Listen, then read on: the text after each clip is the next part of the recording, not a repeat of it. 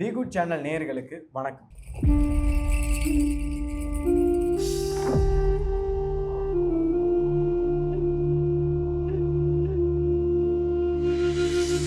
இந்த உலக நடைமுறையில் நிறைய விஷயம் நடந்துக்கிட்டு இருக்கு, நடக்க போகுது. நடக்க போகிற விஷயம் நமக்கு தெரியாது. நடந்துக்கிட்டு இருக்க விஷயத்த நம்ம டெய்லி நியூஸில், சோஷியல் மீடியாவில் எல்லாம் பார்க்குறோம். ஆனால் நடந்த விஷயத்த நம்ம நிறையா தான் மறந்துடுறோம். அந்த மாதிரி சில சுவாரஸ்யமான தகவல்கள் வரலாற்றில் நடந்திருக்கும் இல்லையா, அதை அன்னன்னை நாளைக்கு என்னென்ன நடந்திருக்குங்கிறத ஒரு தொகுப்பாக பார்க்க போகிறோம். அதான் இந்த நிகழ்ச்சி. அப்படி என்ன நடந்திருக்கு அப்படின்னு பார்ப்போம். ரைட்டர் சுஜாதா மே மாதம் 3ஆம் தேதி 1935ஆம் ஆண்டு ட்ரிப்ளிகனில் பிறந்திருக்காரு. பிறந்தது ட்ரிப்ளிகனாக இருந்தாலும் வளர்ந்ததுன்னா ஸ்ரீரங்கத்தில்.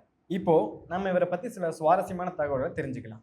ஒன்று, இவரோட உண்மையான பெயர் சுஜாதா கிடையாது. இவரோட உண்மையான பெயர் ரங்கராஜன். தன்னோட ரைட்டிங் கரியரை ஆரம்பிக்கும் போது இவருக்கு ஒரு புனை பெயர் தேவைப்பட்டதுனால தன்னோட ஒய்ஃப் பெயரான சுஜாதாவை எடுத்து இவர் வச்சுக்கிட்டார். 2, இவர் ஒரு எழுத்தாளர் மட்டும் கிடையாது, இவர் ஒரு இன்ஜினியர்.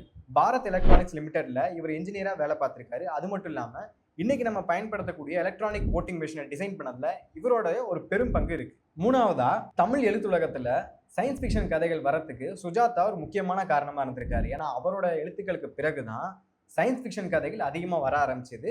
இவரோட கதைகள்ல அதிகமாகவே சயின்ஸ் அண்ட் ஃபேண்டசி ரெண்டுமே அதிகமாக இருக்கும். 4வதா, இவர் எழுதின கணேஷ் மற்றும் வசந்த் அப்படிங்கிற ஒரு டிடெக்டிவ் கேரக்டர்ஸ் ரொம்பவே ஃபேமஸ் ஆனது.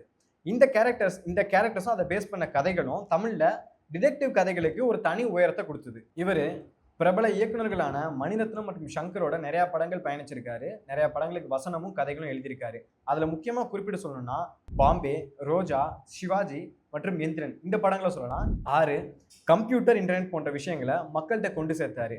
டெக்னாலஜி பற்றி ஒரு புரிதலை எளிய மக்கள்கிட்டையும் புரிகிற மாதிரி ஒரு எளிமையான நடையில தன்னோட கதைகள் மூலயமா கொண்டு சேர்த்தாரு. ரொம்ப கஷ்டமான சயின்ஸை கூட இவரோட கதைகள் மூலயமா ரொம்ப எளிமையாக விளக்குனாரு. அது மக்களுக்கு ரொம்பவே பிடிச்சது. அது மூலயமா நிறைய பேருக்கு சயின்ஸ் மேலே ஒரு ஆர்வமும் வந்துச்சு. 8, இவர் 100க்கும் மேற்பட்ட நாவல்களும் 250க்கும் மேற்பட்ட சிறுகதைகளும் திரைப்பட வசனங்களும் திரைக்கதைகளும் எழுதியிருக்காரு. இது இவர் ஒரு தனித்துவமான மிகப்பெரிய தமிழ் எழுத்தாளராக காட்டுது. 9, இன்னைக்கு நம்ம பயன்படுத்தக்கூடிய இந்த ஆர்டிஃபிஷியல் இன்டெலிஜென்ஸ் போன்ற விஷயங்களை முன்பே தன்னோட கதைகள் மூலயமா இவர் எழுதியிருக்காரு. இதை அன்னைக்கே கணிச்சு துல்லியமா அது எப்படி இருக்குங்கிற வரைக்கும் இவர் எல்லாத்தையும் அவரோட கதைகளை காமிச்சிருப்பாரு. இவரோட இந்த தனித்துவமான எழுத்து நடையால இன்னைக்கும் பல எழுத்தாளர்களுக்கு ஒரு முன்னோடியா இருக்கவர் தான் சுஜாதா. அவருடைய படைப்புகள் மூலமா தன்னிகரற்ற ஒரு தமிழ் எழுத்தாளரா இருக்காரு. தன்னுடைய தனித்துவமான கற்பனைகள் மூலமாகவும் மாறுபட்ட சிந்தனைகள் மூலமாகவும் தனக்குன்னு தனியிடம் பெற்ற சுஜாதாவுக்கு இன்னைக்கு 91வது பிறந்த நாள். இந்த பிறந்த நாளில் அவர் நம்ம கூட இல்லைனாலும் அவருடைய எழுத்துக்கள், அவருடைய படைப்புகள், அவர் வடிவமைத்த அந்த இவிஎம் மெஷின் போன்ற விஷயங்கள்லாம் இருக்கிற வரைக்கும் இந்த உலகத்தில் அவரோட பேர் என்னென்னைக்கும் நிலைச்சு நின்றுக்கிட்டே தான் இருக்கும். அவருடைய பிறந்த நாளான இன்று தி குட் சேனல் சுஜாதாவுக்கும் சுஜாதாவோட படைப்புகளுக்கும் செய்யக்கூடிய ஒரு மரியாதை தான் இந்த பதிவு. இது போல நாளையும் வேறு சில சுவாரஸ்யமான தகவல்களையும் வரலாற்றில் என்ன நடந்துங்கிற பற்றியும் அடுத்த காணொலியில் நம்ம பார்ப்போம். நன்றி, வணக்கம்.